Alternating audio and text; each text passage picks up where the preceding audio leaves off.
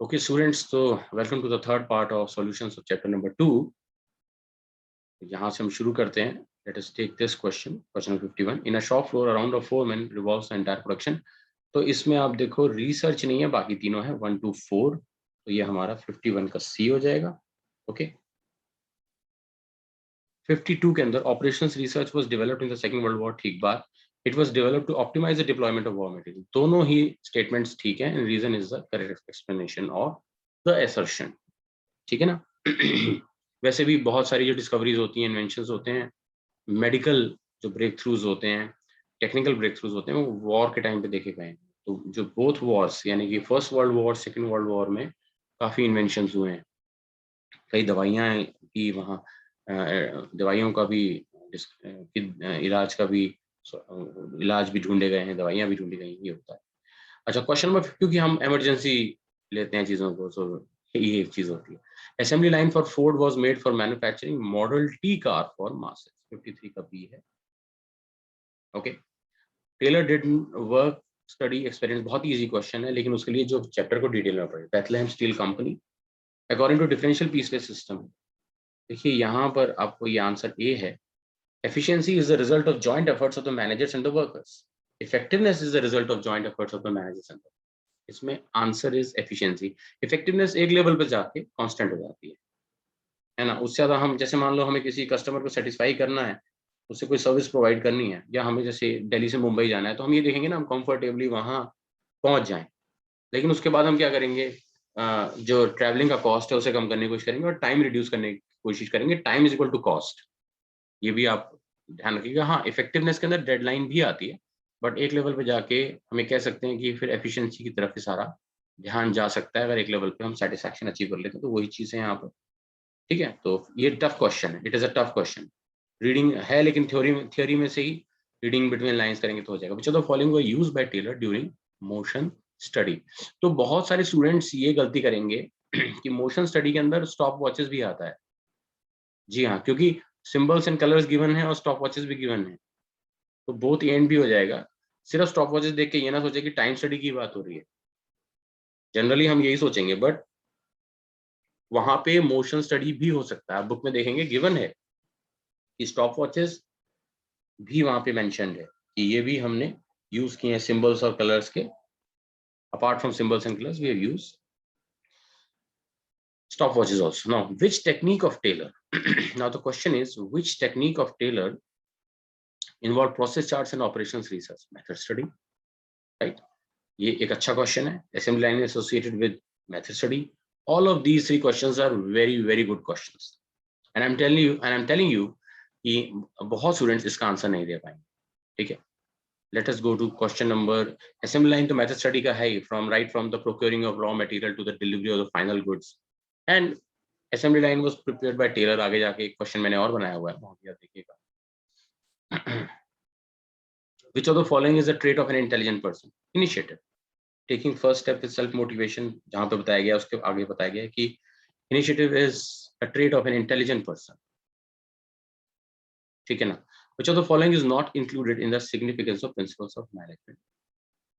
Fulfilling technical responsibility. C नहीं है, बाकी सारे हैं.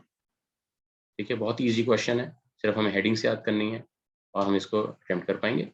Which of the following is not included in the nature of principle of management? तो क्या इंक्लूडेड नहीं है? तो देखिए, ये जो पहले मैं पूरा क्वेश्चन आपके सामने रख देता हूँ ऑप्शंस के साथ. If you see here, you will see कि यूनिवर्सल एप्लीकेबिलिटी है, कॉन्टिंजेंसी है, कंसिस्टेंसी है. नहीं है. कंसिस्टेंसी कहीं गिवन नहीं था ना उसमें. फ्लेक्सिबिलिटी है, तो कंसिस्टेंसी एंड अवेयरनेस नहीं है. तो 3-5 answer will B D. 61 answer is D. The extent of applicability of principles of management depends upon all of the above. All of the above. Nature of the organization, business activity, scale of operations, तीनों पर extent of applicability of principles of management depend करती है. ठीक है ना. अब हम आगे बढ़ जाते हैं. Let us go to the next question. 63 और 64 ले लेते हैं. क्वेश्चन को देखते हैं. क्वेश्चन क्या है? Principles of management are guidelines to action, but they do not provide ready-made solutions. बिल्कुल सही बात है. टू ऑल मैनेजरियल प्रॉब्लम्स, नहीं देते।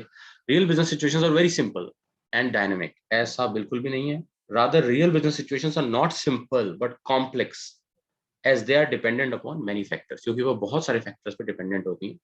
तो असर्शन ठीक है और रीजन जो है फॉल्स है। ठीक है, 64 की बात करते हैं।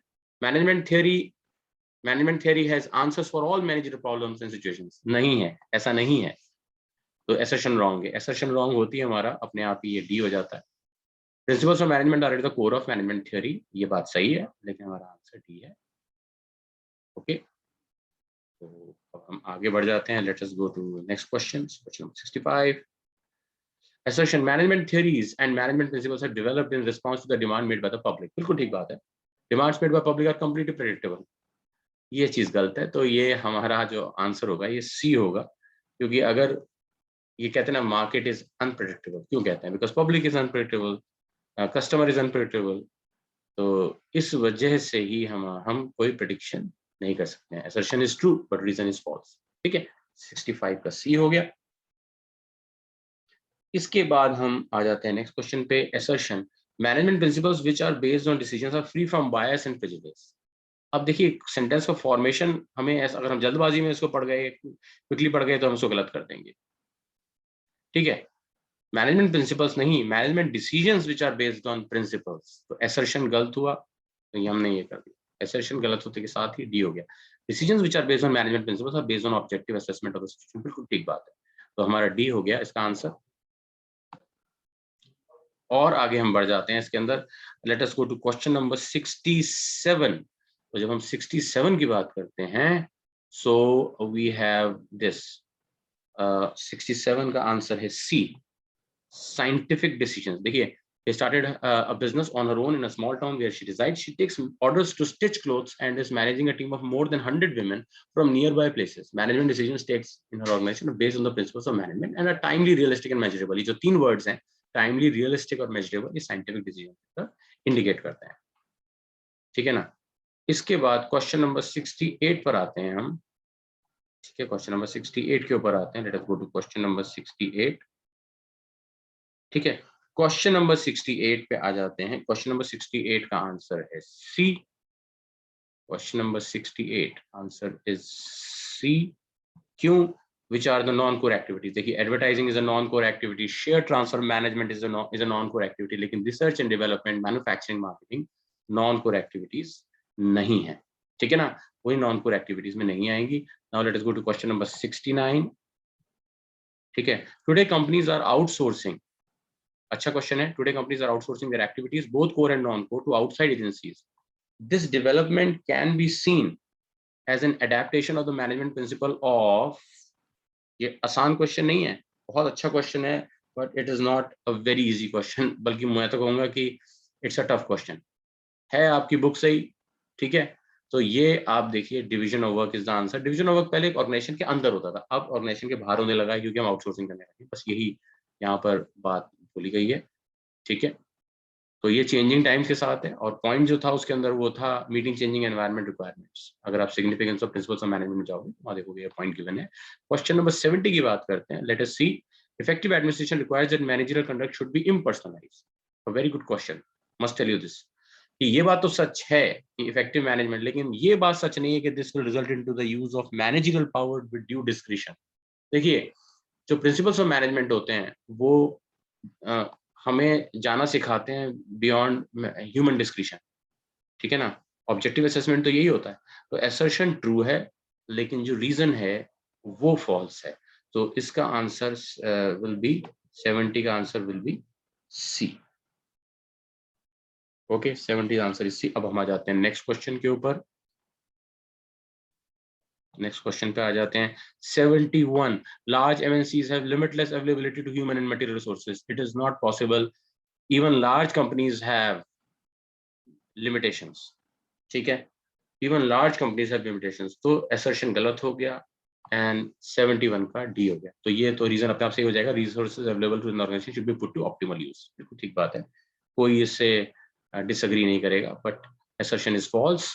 और अब हम आते हैं क्वेश्चन नंबर 72 के ऊपर। Optimum use of resources means maximum benefit, minimum cost, यही तो ऑप्टिमम यूज है, यही मैक्सिमम एफिशिएंसी है, यही आप कह सकते हो मैक्सिमम प्रोडक्टिविटी भी है।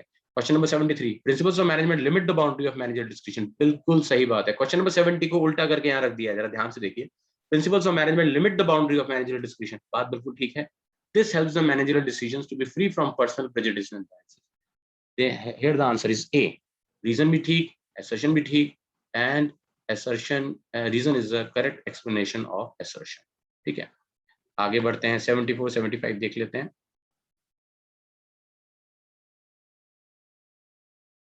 Okay, question number 74, the principles of management are not perfect. बिल्कुल सही बात है। प्रिंसिपल्स ऑफ मैनेजमेंट तो आप ये मान के चलिए परफेक्ट है ही नहीं उनमें, क्योंकि वो ह्यूमन पे भी डिपेंडेंट है, बहुत सारी बातें हैं। इसलिए उनको स्टैंडर्डाइज टेक्निक्स तरह यूज किया जाता है। They mainly apply to human behaviour, ये बात भी बिल्कुल ठीक है। इसी वजह से तो ये हमारा 74 का ए हो गया आंसर। ठीक बात है ना, ये हमारा आंसर हो गया है। तो अभी हम इसको अभी कंक्लूड करते हैं और पार्ट 4 में हम कोशिश करेंगे हमारा 100 तक कंप्लीट हो जाए।